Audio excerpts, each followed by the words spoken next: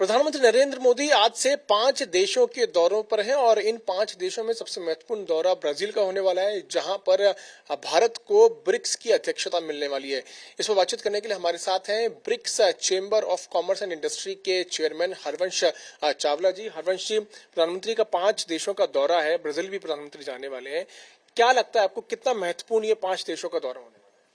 ये बहुत ही महत्वपूर्ण और ऐतिहासिक दौरा आदरणीय प्रधानमंत्री जी का होगा। उसके 2 कारण हैं। एक तो ब्रिक्स की जो 2026 की समिट है, उसकी होस्ट कंट्री मेजबानी हिंदुस्तान कर रहा है, भारत कर रहा है, और फिर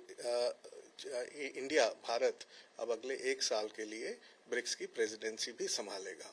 तो इसलिए इसका बहुत ही ऐतिहासिक महत्व है इस दौरे का और इस समिट का। इसी दौरे के बीच में न्यू डेवलपमेंट बैंक की भी काफी चर्चा हो रही है।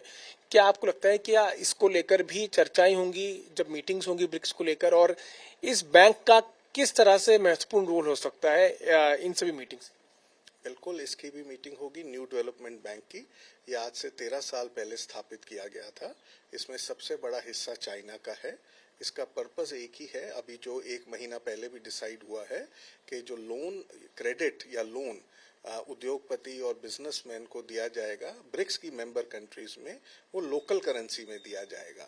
यानी अगर भारत में किसी ने काम करना है तो उसको लोन इंडियन रुपी, भारतीय रुपी में मिलेगा। इसका मतलब हमारे जो उद्योगपति की डिपेंडेंसी यूएस डॉलर पे है, वो खत्म होती जाएगी आने वाले टाइम पे धीरे धीरे। इससे क्या फायदा होगा?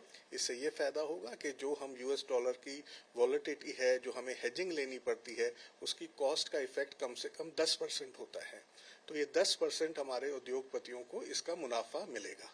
आपको लगता है कि इन मीटिंग्स के दौरान आतंकवाद भी एक बड़ा मुद्दा रहेगा? क्योंकि पिछले कुछ समय में हमने देखा है कि कैसे चाइना जो है वो पाकिस्तान का समर्थन करता रहा है। ऑपरेशन सिंदूर के दौरान भी वो चीज निकल के सामने, और चाइना भी एक बड़ा हिस्सा है ब्रिक्स का। तो आतंकवाद को लेकर चर्चाएं होंगी आपको लगता है? बिल्कुल, हमें पूरी आशा है कि एक ज्वाइंट स्टेटमेंट इशू होगी आतंकवाद के खिलाफ, और उन कंट्रीज के खिलाफ जो आतंकवाद को सपोर्ट करते हैं।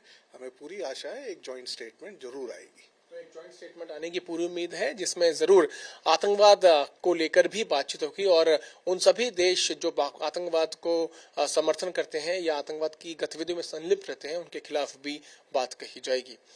दिल्ली से कैमरामैन इमैनुअल के साथ मैं पीयूष मिश्रा, आज तक के लिए।